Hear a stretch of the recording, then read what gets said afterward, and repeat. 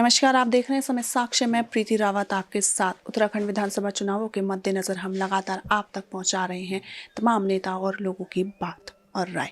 तो इसी क्रम में हमारे साथ मौजूद हैं डिचली पट्टी के पूर्व जिला पंचायत सदस्य जोगिंदर रावत। सबसे पहले तो बहुत बहुत स्वागत है सर आपका समय साक्ष्य में। समय साक्ष्य के सभी दर्शकों को मेरा नमस्कार।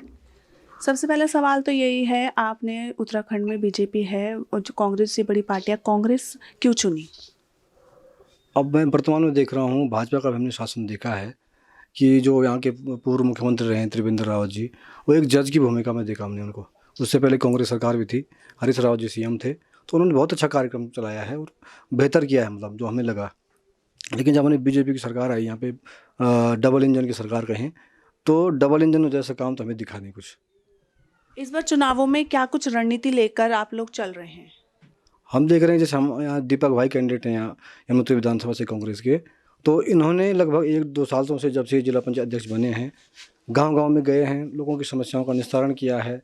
और जैसे अधिकतर लोग बोल रहे हैं, पार्टियां दुष्प्रचार तो करती हैं कि दीपक ने कुछ नहीं किया, लेकिन मैं कहता हूँ कि दीपक भाई ने हर गाँव यमुनोत्री विधानसभा में, पूरे तो जिले की बात कहूँगा, लेकिन विशेषकर यमुनोत्री विधानसभा, क्योंकि इलेक्शन जो हो रहा है यमुनोत्री विधानसभा का हो रहा है, दीपक भाई ने हर गाँव में स्ट्रीट लाइटें लगवाई हैं।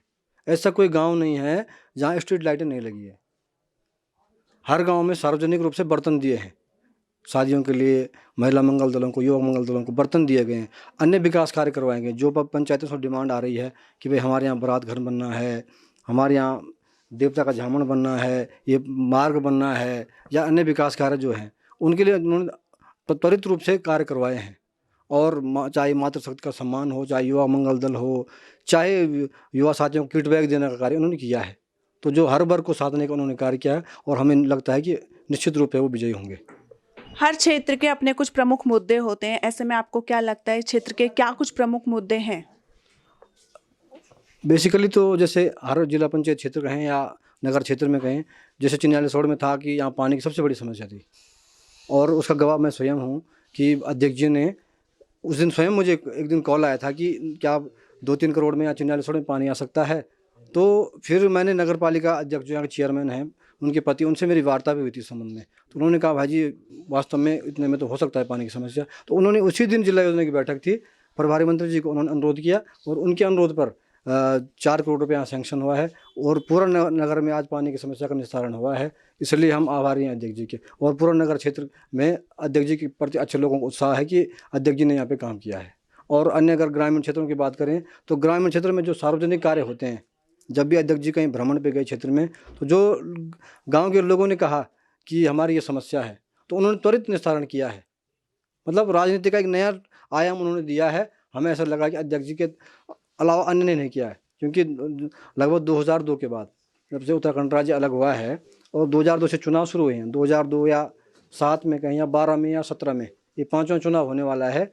अभी किसी विधायक ने इतना कार्य नहीं करवाया है जितना अध्यक्ष जी ने 1-2 सालों में करवाया है। मेरे हिसाब से यमुनोत्री विधानसभा के अगर 150 गाँव भी लेंगे, तो अगर हम 10 लाइटें एक गाँव में लेंगे एवरेज, तो 1500 स्ट्रीट लाइटें लगवाई हैं। मोटा मोटा हिसाब में अगर लगाएं, 1500 स्ट्रीट लाइटें यमुनोत्री विधानसभा में लगवाई हैं गाँव में। अगर आप 20 साल का कार्यकाल विधायकों को देखेंगे तो नहीं लगी हैं। एक भी आप बता दीजिए कहीं गांव में अगर स्ट्रीट लाइटें लगी हैं, या किसी गांव में सार्वजनिक रूप से बर्तन दिए गए हैं। इन चीज़ों में इन्होंने बेहतर कार्य किया है। आगामी विधानसभा चुनावों में देखा जाए तो हर बार उत्तराखंड के इतिहास में कांग्रेस और बीजेपी रही है, लेकिन इस बार आम आदमी पार्टी भी चुनावी मैदान पे उतरी है। क्या से देखते हैं आप इस पूरी स्थिति को? भाई आम आदमी पार्टी का तो यहाँ पर कोई बोलबाला नहीं है। यमुनोत्री विधानसभा या उत्तरकाशी हम कहें, प्लेन्स में तो मैं मानता हूँ कि हो भी सकता है 1-2%, लेकिन यहाँ तो 1% भी वोट नहीं है आम आदमी पार्टी का। यहाँ कांग्रेस ही और सेकंड में भाजपा ही है। लेकिन कहीं ना कहीं देखा जाए तो बीजेपी हो, कांग्रेस हो, और आप भी अपनी जीत को सुनिश्चित मान के चल रही है कि वह जो भारी मतों से जीतेंगे। जी हाँ, हमें पूर्ण उम्मीद है कि जो दीपक बुजवाण जी के द्वारा, कांग्रेस प्रत्याशी के द्वारा जो यहाँ पर कार्य किए गए हैं, उन कार्यों की बदौलत हम जीतेंगे, और निश्चित रूप से जीतेंगे। डिचली गमरी पट्टी में ऐसा क्या खास है कि सभी प्रत्याशियों को जो है वहाँ के वोटों, वहाँ के मतदान पर एक खासा नज़र रहती है? एक्चुअली डिचली गमरी में जो 32-33 गाँव हैं, यहाँ पर लगभग हर बार 10,000 करीब पोल होता है। विधानसभा, पंचायत में तो 15,000 करीब होता है, लेकिन विधानसभा में 10,000 करीब पोल होता है। तो हर प्रत्याशी सोचता है कि मुझे 10,000 में से अगर 5,000 वोट मिल जाएंगे, 15 प्लस पे तो जीत है। 15 पे 5,000 मिल जाता है, तो वो बहुत बड़ा जीत का फैक्टर बन जाता है, क्योंकि बहुत बड़ा वोट बैंक है।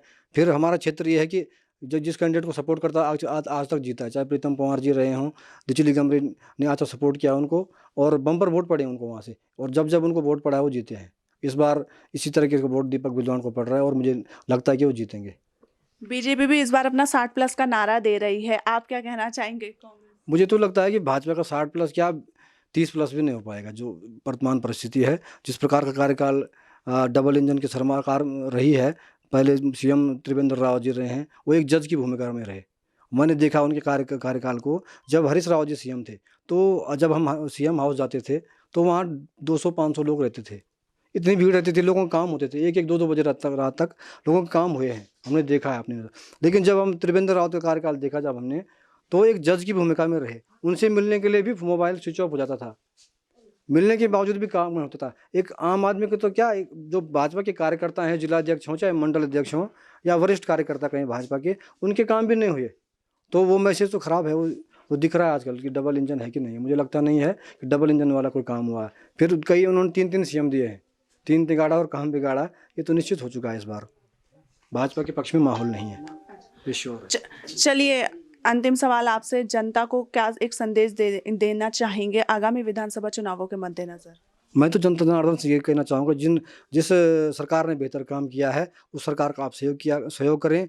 जिस जनप्रतिनिधि ने आपका दुख सुख में साथ दिया उसका साथ दें, और बच्चों का भविष्य देखें, किसी के बहकावे में न आएँ, दुष्प्रचार में न जाएं।